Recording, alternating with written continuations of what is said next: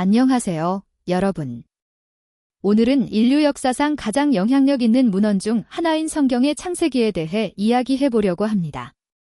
창세기는 단순히 종교적 텍스트를 넘어 우주의 기원, 인류의 시작, 그리고 초기 문명의 발전에 관한 이야기를 담고 있습니다. 이 영상에서는 창세기의 주요 내용과 그 의미를 함께 살펴보겠습니다. 창세기는 히브리어로 베레시트라고 불리며 이는 시작이라는 의미를 가집니다.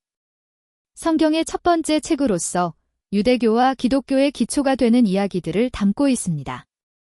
총 50장으로 구성된 창세기는 크게 두 부분으로 나눌 수 있습니다. 첫 11장은 우주 창조부터 바벨탑 사건까지의 원시 역사를 다루고 12장부터 50장까지는 아브라함, 이삭, 야곱, 요셉으로 이어지는 족장들의 이야기를 다룹니다. 창세기는 유명한 구절로 시작합니다. 태초에 하나님이 천지를 창조하시니라. 이 간결한 문장은 우주의 모든 시작점을 나타냅니다. 창세기에 따르면 하나님은 6일 동안 세상을 창조하셨습니다. 첫째 날, 하나님은 빛과 어둠을 나누셨습니다. 둘째 날에는 하늘을 창조하셨고, 셋째 날에는 땅과 바다, 그리고 식물을 만드셨습니다. 넷째 날에는 해와 달과 별들을 창조하셨고, 다섯째 날에는 물고기와 새들을, 여섯째 날에는 육지 동물들과 마지막으로 인간을 창조하셨습니다. 그리고 일곱째 날에는 모든 창조 사역을 마치고 쉬셨습니다. 인간 창조에 관한 이야기는 특별합니다.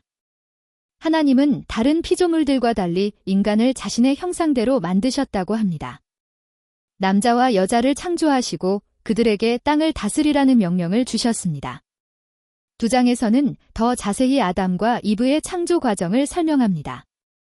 하나님이 흙으로 아담을 빚으시고 생기를 불어넣으셨으며 아담의 갈비뼈로 이브를 만드셨다는 이야기입니다.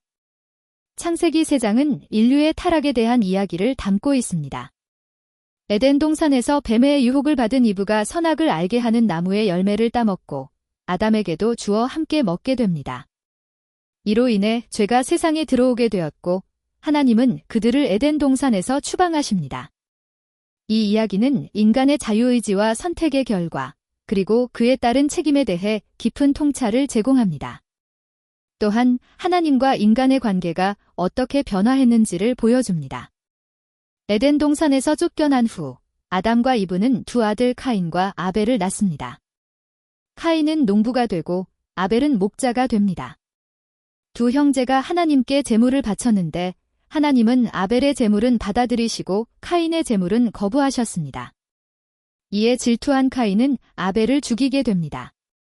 이것이 인류 역사상 첫 살인이었습니다.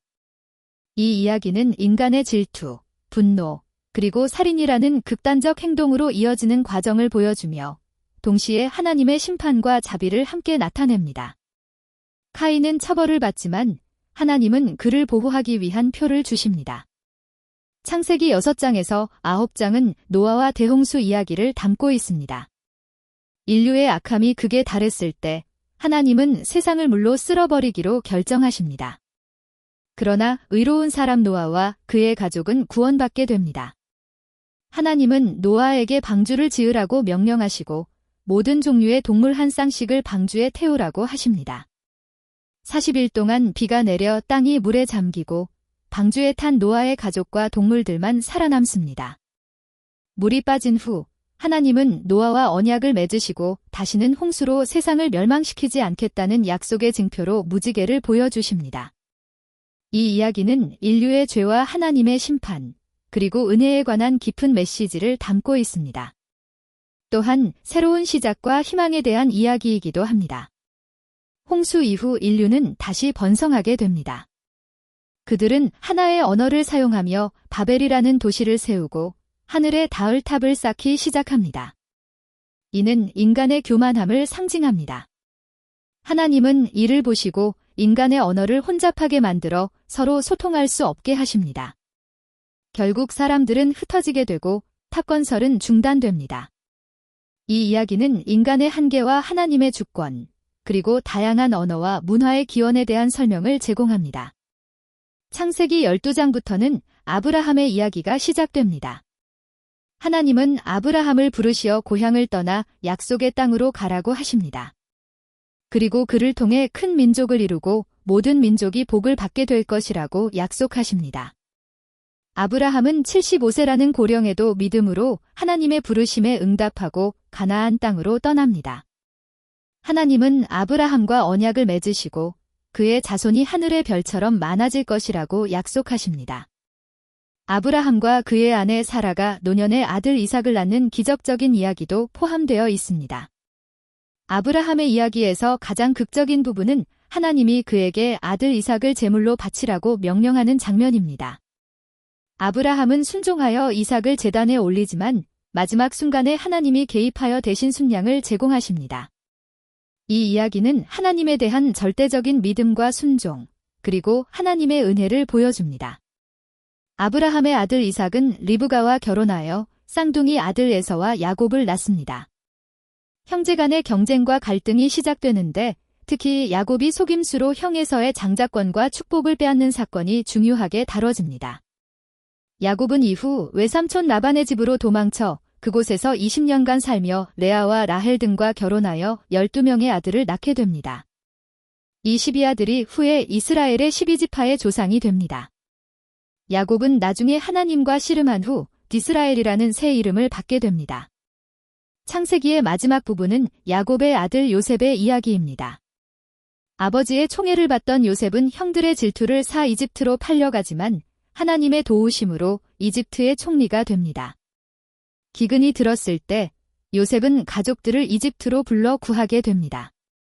요셉 이야기는 용서와 화해, 그리고 하나님의 섭리에 대한 강력한 메시지를 담고 있습니다. 요셉은 자신을 해친 형들에게 당신들은 나를 해하려 하였으나 하나님은 그것을 선으로 바꾸사 오늘과 같이 많은 생명을 구원하게 하셨나이다라고 말합니다. 창세기는 단순한 이야기 모음집이 아닙니다. 이 책은 우주와 인류의 기원, 죄의 시작, 인간관계의 복잡성, 신앙과 순종, 하나님의 언약과 약속 등 인간 존재의 근본적인 질문들을 다룹니다.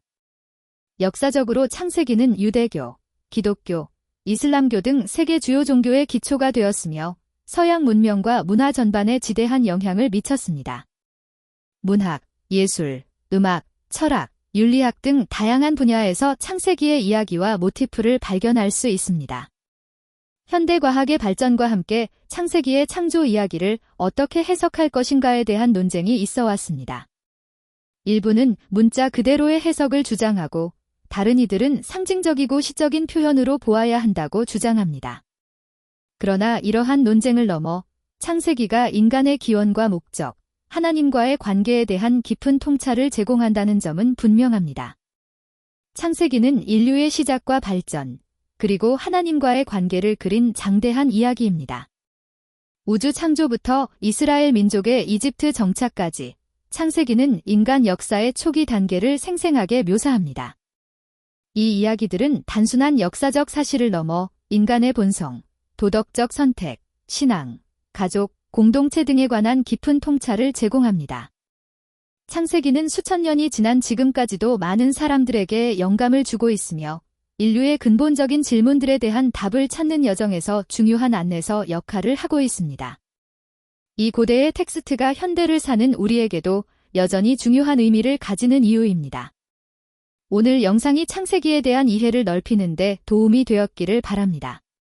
다음 영상에서는 성경의 다음 책인 출애굽기에 대해 알아보겠습니다. 시청해주셔서 감사합니다.